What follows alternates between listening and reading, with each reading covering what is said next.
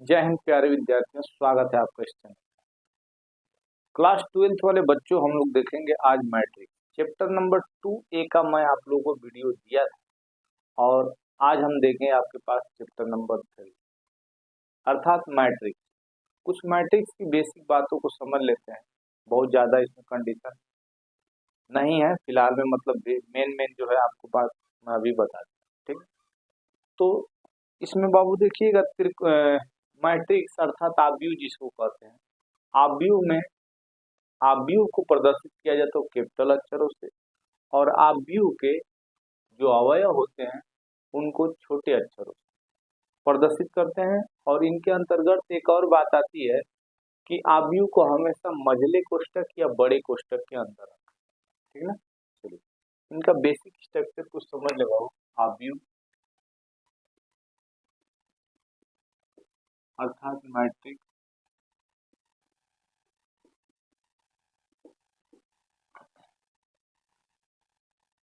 आव्यूह के आपके पास हो जाए।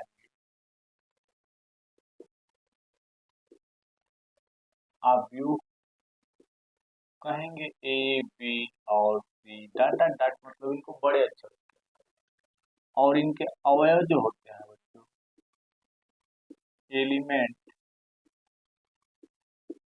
तो एलिमेंट्स आपके पास हो जाएंगे स्मॉल ए बी सी 1 2, जो भी कोई डॉट डॉट होता है।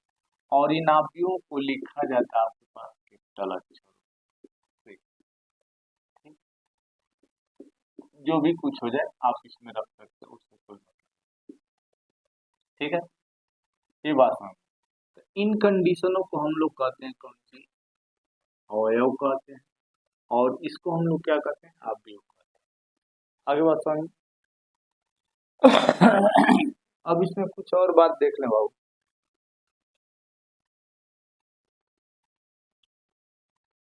कुछ और इसमें बातें हमारे पास हो जाएंगी कि आव्यूह के योग, कौन सी, आव्यूह के योग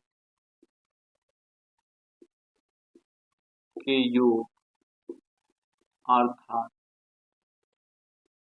सम ऑफ मैट्रिक्स, आव्यूह के योग में आ जाइएगा। अगर इनको मान लो आपके पास a प्लस बी दिया, तो हो सकता है कि एक एलिमेंट आपके पास ए आई जे हो और बी के एलिमेंट आपके पास बी आई जे। ठीक, तो जब इनको जोड़ दिया जाएगा तो आपके पास कितना हो जाएगा, ए आई जे और प्लस बच्चों बी आई जे। ये आपके पास किसके आप योग होगा, ए और बी, यानी आव्यूहों का योग। आव्यूहों का अंतर आपको पता हो, यही आपके पास माइनस लगा लेंगे। और आव्यूहों का गुणा और भाग उनके नेक्स्ट वाले कंडीशन में समझेंगे। ठीक है, आव्यूहों का गुणा और भाग भी काफी सिंपल है। आइए दूसरी बात देखते हैं हम लोग, विकर्ण आव्यूह। विकर्ण अर्थात डायगोनल, अर्थात विकर्ण। विकर्ण आव्यूह किसको कहते हैं बाबू, कि वे आव्यूह जिसके 0 1 0 0 0 और 1। चलिए, तो ये हमारे पास एक आयत में विकर्णों की जो संख्या होती है वो 2। इस प्रकार के कंडीशन में देखिए बाबू, ये हो जाएंगे आपके पास कौन सी, विकर्ण। ठीक, इनको क्या कहेंगे, विकर्ण आव्यूह। ठीक है, विकर्ण आव्यूह होगा। चलिए अब इनका क्रम थोड़ा सा देखें, इनका क्रम देख लें। मान लो इसी का हम क्रम देखते हैं, तो क्रम में आ जाइएगा। इनका क्रम देखें कि इस प्रकार की बातें जो हो जाएंगी, आव्यूहों का क्रम,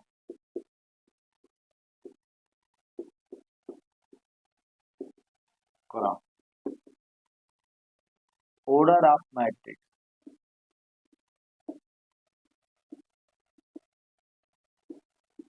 मैट्रिक्स में बाबू आइए, हो सकता है आपके पास 2 3 4 2 1 3 2 1, जो भी कुछ हो जाए इससे कोई मतलब। देखिए इनको बाबू आप लोग कहेंगे, इस वाले को हम लोग कहेंगे इस तरह से पंक्ति R1, R2 और R3, तो इसको हम लोग क्या करते हैं, वो पंक्ति पंक्ति कहेंगे। रा और इस प्रकार से ऐसे जो आपके पास हैं स्टंट, इसको हम लोग कहेंगे कालम, स्तंभ,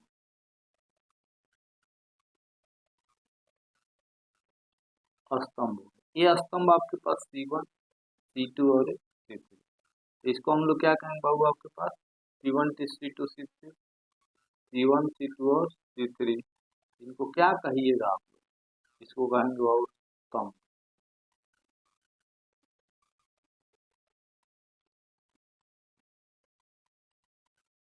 कॉलम। ठीक, क्रम देखें, इनका क्रम क्या है, पंक्ति कितनी है, 3 है, 1, 2 और 3, और स्तंभ कितने, 3 है, तो इसके आपके पास 3 × 3 है। आगे बात समझ, तो बहुत ज्यादा इसमें कुछ कंडीशन समझने की बहुत ज्यादा जरूरत नहीं, इसमें वही समझेंगे। वर्ग आव्यूह की अगर बात कर दिया बाबू, वर्ग आव्यूह किसको कहेंगे, आव्यूह, स्क्वायर, मैट्रिक्स। वर्ग आव्यूह में देखें बाबू, जितनी हो सकते, जितनी पंक्तियां होंगी उतने ही स्तंभ हो, तो पंक्तियां कितने हो गई, 2, R1 और आपके पास बाबू कौन सी, R2, स्तंभ आपके पास C1 और C2, यानी 2 × 2 हो सकता है, 3 × 3 हो सकता है। तो इस प्रकार के कंडीशन में आपके पास जो होंगे, तो इसको हम क्रम कहें। देखो इनके क्रम हो गए, ठीक है बाबू। तो हम चलेंगे अब इसमें कुछ सवालों पे, इस प्रकार के रूप हो गए आपके पास। सवाल में आ जाओ बाबू, बहुत ज्यादा कुछ है नहीं, मैट्रिक्स काफी सिंपल और सरल है, इसमें कुछ है ये नहीं, और बेसिक जो बात आपको बता दी गई, इससे ज्यादा कुछ होगा नहीं, इससे ज्यादा होगा तो मैं आपको लेकर के ही हाजिर होगा, तो आपको घबराना नहीं। नेक्स्ट प्रश्नावली के अंतर्गत हम लोग आएंगे। प्रश्नावली में क्या होगा आपके पास, काफी खूबसूरत आपके पास एक चैप्टर है, इसको जे जॉर्ज कैडर ने सन 1820 में प्रस्तुत किया। आइए प्रश्नावली 3,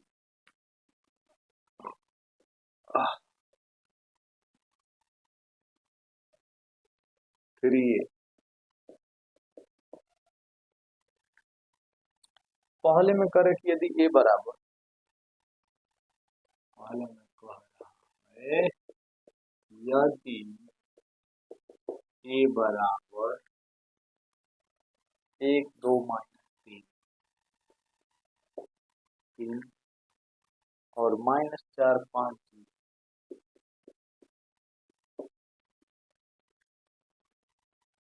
तो पहला में क्या बता रहा है कि ए में कितने स्तंभ हैं, ए में कितने स्तंभ हैं, हाउ मैनी रा इन ए। दूसरा कंडीशन बाबू देखिए, दूसरे में कह रहा है आपके पास कि ए में कितनी पंक्तियां, ए में कितनी पंक्तियां, ए में कितनी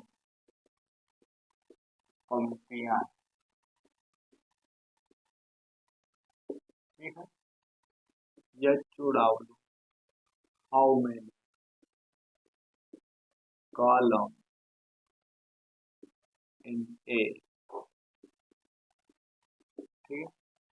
नंबर 3, 3 में बता रहा हूँ कि ए का क्रम लिखिए, ए का क्रम लिखिए, right order of A. Number 4 में बता रहा है, नंबर 4 में बता रहा हूँ कि ए में कितने अवयव हैं, ए में कितने अवयव, हाउ मेनी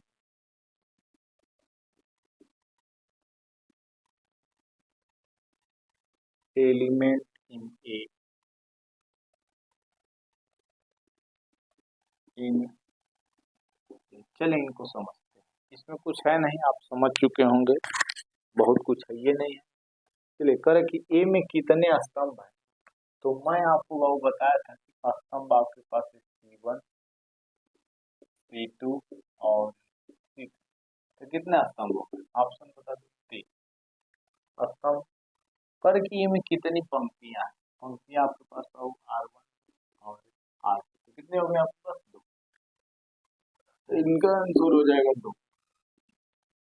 ए का क्रम क्या है, तो पंक्ति कितनी है 2 और स्तंभ कितने हैं 3, इनका क्रम बाबू आपके पास 2 गुणे।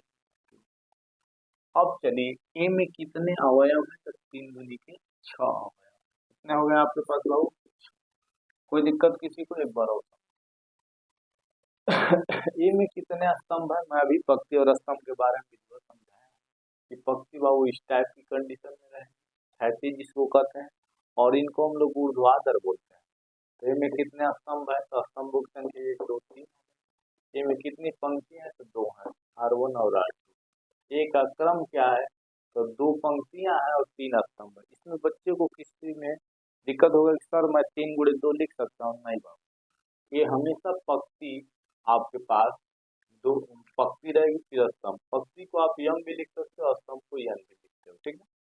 आइए ए का क्रम क्या है, तो 2 गुणे 3 यानी 6, मतलब 2 गुणे 3।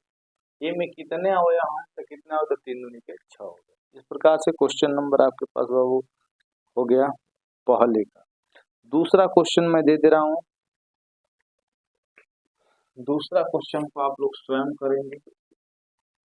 दूसरे क्वेश्चन में कुछ है ये नहीं, और है भी तो आपके पास बिल्कुल सरल है, 2 0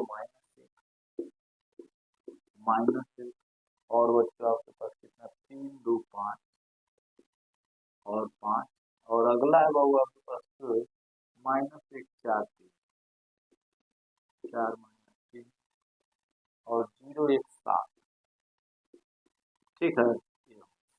देखिए कह रहा है इसमें कि ए में कितने स्तंभ है, वही कह रहा है कि ए में कितने स्तंभ है, यही है। दूसरा में कह रहा है आपके पास कि ए में कितनी पंक्तियां हैं, यही कह रहा है। और कह रहा है कि ए का क्रम क्या है, और ए में अवयव की संख्या, सेम वही पूछ रहा है, सेम वही बात पूछ रहा है, इनको हटा दिया जाए। तो जितना पूछा था ये यही वाले क्वेश्चन का आंसर आपके पास भी पूछा है। चलिए आओ बच्चों, तो आ जाओ, तो यही वाला आपके पास ए में कितने स्तंभ है, स्तंभ गिन लो, आपके पास स्तंभ हो गया कौन सी C1 और C2 और कितना आपके पास C3, ठीक है। तो C3 हो गए, स्तंभों की संख्या कितनी होगी आपके पास 3, ठीक। अब कह रहा है कि ए में कितनी पंक्तियां हैं, R1 R2 R3 और R, तो पंक्तियों की संख्या कितनी होगी 4। ए का क्रम क्या है, तो क्रम का मतलब आओ पंक्तियां पहले लिखेंगे 4 और स्तंभ हो गए 3, तो 4 गुणे 3 का इनका क्रम हो गया। और बच्चों आपके पास आ जाएगा ए में कितने अवयव हैं, तो 4 12 अवयव। ये क्वेश्चन नंबर दूसरे का आपके पास कंडीशन है। तीसरे में चलते हैं बाबू, यदि ए आव्यूह में एक आव्यूह में 12 अवयव है, तो उन आव्यूह में कितने स्तंभ क्रम ज्ञात कीजिए। चलिए कुछ थोड़ा सा समय जरूर लेंगे आपका, मगर आपको मैं विश्वास दिलाता हूँ इस चैप्टर से बिल्कुल धुआं धुआं हो जाएगा, कुछ बचेगा नहीं। इस चैप्टर को मेरी पढ़ाने की गारंटी है। एक भी क्वेश्चन आपको कोई कंफ्यूजन अगर होगा तो कमेंट सेक्शन आपके लिए बना है। और चलते हैं तीसरे में बाबू, पहला कौन है, कह रहा है कि आपके पास यदि एक आव्यूह 12, यदि एक आव्यूह में 12 अवयव हैं तो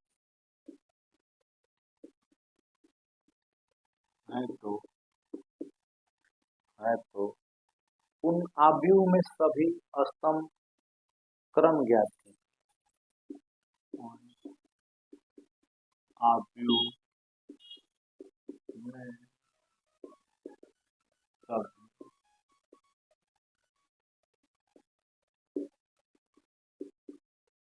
ज्ञात कीजिए। चलिए अब इनको लिखना हल।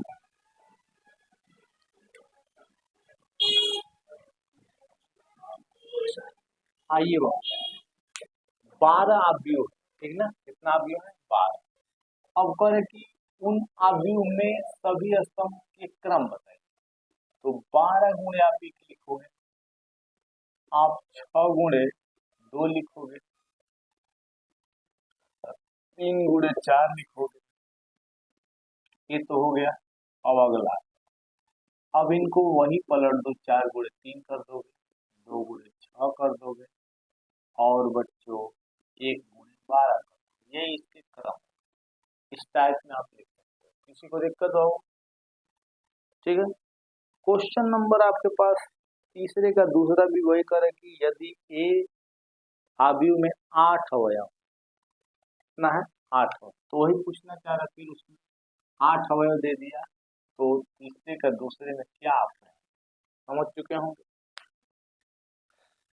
इसका तीसरा में करे कि यदि एक आव्यूह में 15 अवयव है तो उन आव्यूह के सभी स्तंभ क्रम लिखिए, है ना, स्तंभ क्रम लिखिए। तो स्तंभ क्रम यही कहानी होगी। तो अब तीसरे वाले में आपके पास 8 की जगह 15 दे दिया, ठीक है ना। अब हम चलेंगे वो क्वेश्चन नंबर 4 में। 4 में करें कि एक आव्यूह में ए बी सी और डी, इस अवयव में निर्मित निम्नलिखित आव्यूहों को लिखें।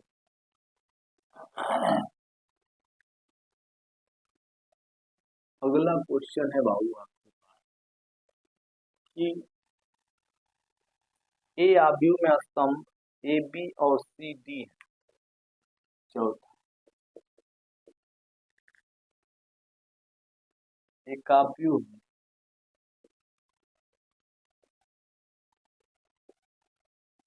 एक आव्यूह में एक आव्यूह ए कामा बी, एक आव्यूह में अवयव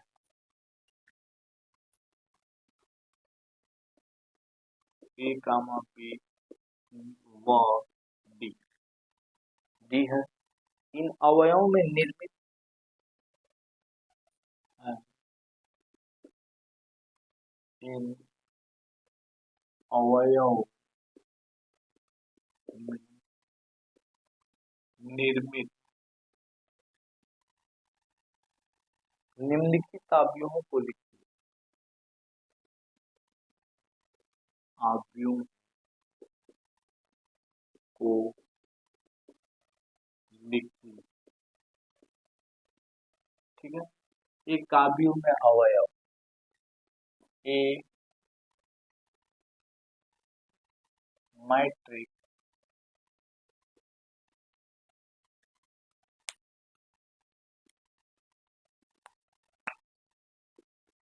a matrix in element A B C and D है। इन अवयवों में निर्मित आव्यूहों को लिखिए। Write root in matrix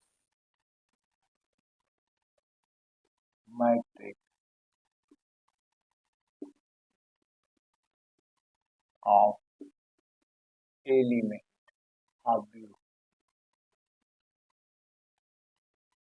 element, यही आपके पास कंडीशन बता।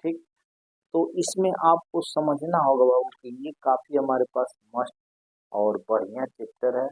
इसमें से हर पेपर में आपके पास पूछे जाते हैं, ठीक है, हर पेपर में पूछे जाते हैं। तो चलिएगा 4 नंबर में आपके पास बाबू आइएगा कि 4 नंबर की कहानी में कह रहा है कि पहला पहला इसमें बता रहा है कि 1 गुणे 4 का आव्यूह, 1 गुणे 4 का आव्यूह, ठीक है। 1 गुणे 4 का आव्यूह अगर आप लिखोगे बाबू तो देखिएगा, एक पंक्ति हो गई है और स्तंभ हो गया, तो इसको आप जानते हो यह और इसको यह। तो ये क्या बताता है आपके पास पंक्ति अर्थात रा, और ये क्या बताता स्तंभ कॉलम। चलिए, तो पंक्ति एक ही होना चाहिए और स्तंभ 4, और इसके अवयव कितने हैं 4, बी सी और डी। ये आपके पास 1 गुणे 4 का एलिमेंट लिखा है, ठीक। दूसरे में चलते हैं और दूसरा इसका कहना चाह रहा था, दूसरे में क्या कह रहा है कि 4 गुणे 1, दूसरा में कहा गया 4 गुणे 1 का आव्यूह। कोई दिक्कत बाबू आ जाए। 4 गुणे 1 मतलब पंक्ति हो गई 4, यानी ए बी सी और डी। तो ये आपके पास 4 गुणे 1 यानी पंक्ति 1 2 3 और 4। अब नंबर 3 में जो कहना चाह रहा है वो कहाँ है बाबू कि यदि एक आव्यूह 2 गुणे 2 क्रम के 4 भिन्न भिन्न आव्यूह, 2 गुणे 2